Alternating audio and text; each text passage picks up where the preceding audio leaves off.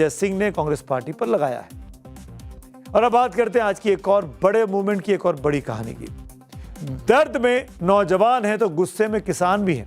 अब बात देश के किसानों की कर रहा हूं। देश भर के किसान, खासकर पंजाब के और हरियाणा के, अमेरिका के साथ हो रही अंतरिम व्यापार समझौते यानी बीटीए का विरोध कर रहे हैं। किसानों ने विरोध जताने के लिए दिल्ली के किसान घाट पर महापंचायत बुलाई थी, लेकिन किसानों को रोकने के लिए दिल्ली के बॉर्डर एक बार फिर से सील कर दिए गए हैं।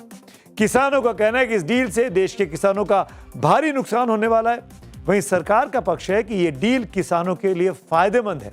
अगर ये ट्रेड डील किसानों के हक में है तो देश का किसान आज गुस्से में क्यों है, क्यों वो दिल्ली आकर घेराव करना चाहता है, प्रदर्शन करना चाहता है, ये भी आपको बताऊंगा। लेकिन पहले किसानों के गुस्से की एक झलक देखिए।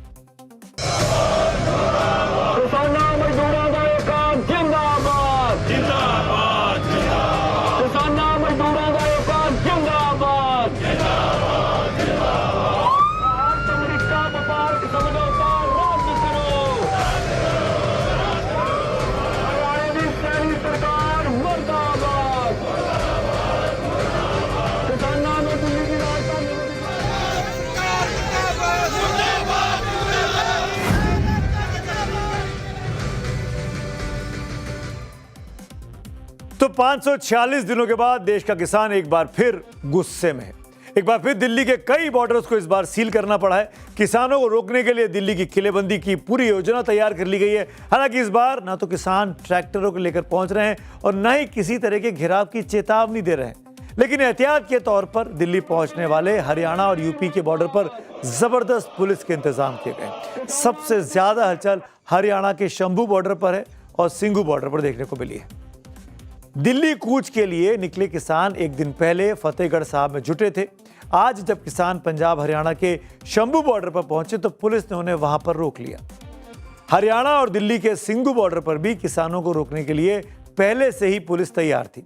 किसानों को दिल्ली पहुंचने से रोका जा रहा था। इसके बाद भी कई किसान महापंचायत के लिए दिल्ली के किसान घाट पर पहुंचने में कामयाब भी हुए थे। किसानों के लिए अच्छी बात यह रही कि सरकार ने दो मांगे किसानों की मान ली हैं। एक तो किसान नेताओं को रिहा करने की और दूसरे कृषि मंत्री के साथ बैठक करने की। केंद्रीय मंत्री शिवराज चौहान से वार्ता कराई जाए तो बोला मैं अवश्य करता हूं, उन्होंने आश्वासन भी दिया। दूसरी बात हमने कहा सभी किसान लीडरों को, किसानों को रिहा किया। वो कहते तुरंत प्रभाव से हम सीएम से मीटिंग करके गुरनाम सिंह चडूनी से अधिकारी बोल रहे हैं वीडियो कॉन्फ्रेंस छोड़ेंगे।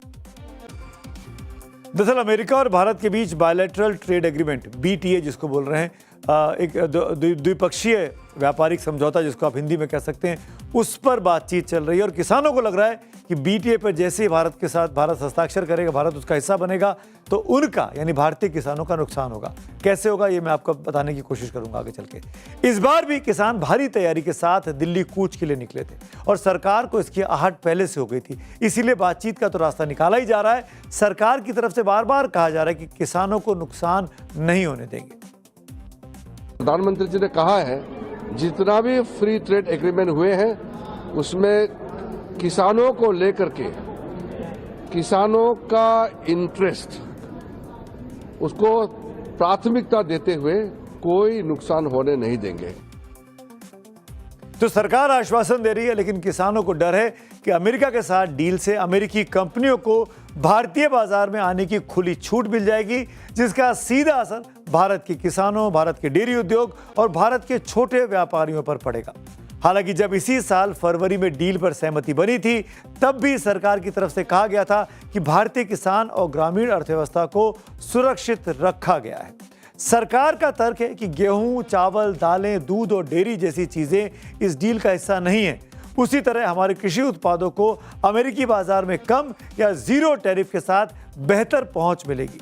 चाय, कॉफी, मसाले, नारियल के उत्पाद और कुछ दूसरे कृषि उत्पादों के निर्यात को बढ़ावा मिलेगा।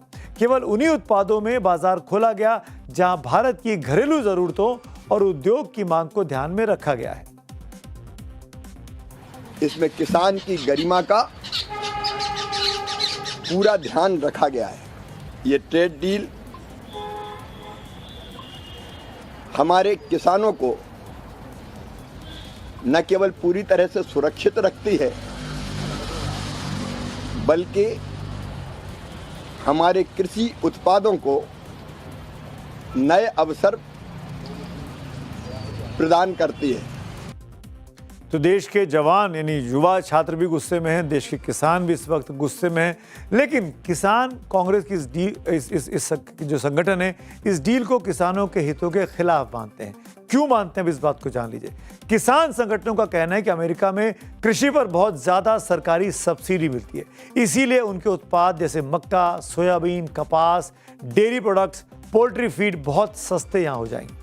समझौते में कुछ कृषि उत्पादों पर टैरिफ कम होने या शून्य होने से ये बहुत सस्ते में अमेरिकी सामान भारत में मिलेगा, जो कि भारत के किसानों के लिए, भारत की बाजारों के लिए बहुत ही खतरनाक होगा। भारतीय बाजार में कीमतें गिरेंगी, स्थानीय किसानों की फसल बिक नहीं पाएगी और उसकी आमदनी घट जाएगी। किसानों का कहना है कि सस्ते आयात से भारतीय डेयरी उद्योग बर्बाद हो जाएगा। वहीं आयात बढ़ने से बाजार अस्थिर होगा और एमएसपी प्रभावी नहीं रह पाएगा। अमेरिका से जीएम यानी जेनेटिकली मॉडिफाइड फसलें आने का डर है, जो पारंपरिक खेती, मिट्टी और स्वास्थ्य पर बुरा असर लंबे दौर में डाल सकती हैं। भारतीय किसानों का मानना है कि यह समझौता अमेरिकी कंपनियों और बड़े कॉरपोरेट हाउसेस को फायदा पहुंचाएगा, जबकि भारतीय छोटे किसान इसका मुकाबला नहीं कर पाएंगे और उनको खाने के लाले पड़ जाएंगे। इसीलिए किसानों की डिमांड है कि भारत अमेरिका ट्रेड एग्रीमेंट को तुरंत रद्द किया जाना चाहिए। व्यापार समझौते से जुड़ी सभी बातचीत के दस्तावेजों को सार्वजनिक किया जाना चाहिए। कोई भी अंतिम निर्णय लेने से पहले किसान संगठनों से व्यापक चर्चा भी की जानी चाहिए और स्वामीनाथन आयोग की सिफारिशों के अनुसार सभी फसलों के लिए एमएसपी की कानूनी गारंटी और कृषि ऋण माफी दी जानी चाहिए। अब बढ़ते हैं आज की एक और बड़े डेवलपमेंट पर। स्वतंत्रता सेनानी और कवि जगदम्बा प्रसाद मिश्र हितैषी ने साल 1916 में लिखा था, शहीदों की चिताओं पर जुड़ेंगे हर बरस मेले, शहीदों की चिताओं पर लगेंगे हर बरस मेले, वतन पर मरने वालों का यही बाकी निशान होगा। लेकिन तब हितैषी जी ने मेले की कल्पना की थी, राजनीतिक मेले की नहीं। उन्हें क्या पता था कि एक दिन एक ही शहादत पर 3-3 मंच अलग अलग सजेंगे, 4-4 राजनीतिक दावेदार खड़े हो जाएंगे और हर मंच से यही ऐलान होगा कि ये शहीद तो हमारे हैं, इतिहास हमारा है, विरासत हमारी है। आज शहीदी दिवस पर पश्चिम बंगाल में दरअसल यही हुआ है। पश्चिम बंगाल में आज शहीदी दिवस मनाया जाता है। क्यों मनाया जाता है, ये मैं आपको आगे समझाता हूँ। ममता बनर्जी उस वक्त से मनाती आई हैं जब वो कांग्रेस में हुआ करती थी।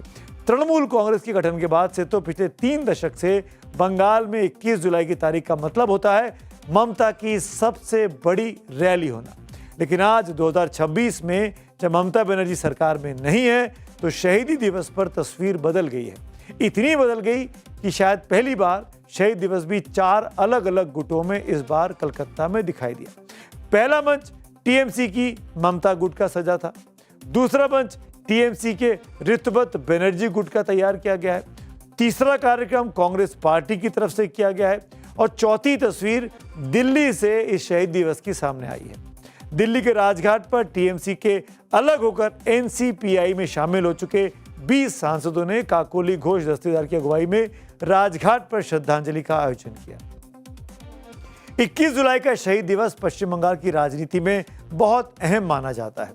इसकी शुरुआत दरअसल 1993 की उस घटना की याद में हुई थी जब ममता बनर्जी की अगुवाई में एक रैली निकाली गई थी। आपको याद दिलाऊं, 1993 में ममता बनर्जी कांग्रेस पार्टी में हुआ करती थी।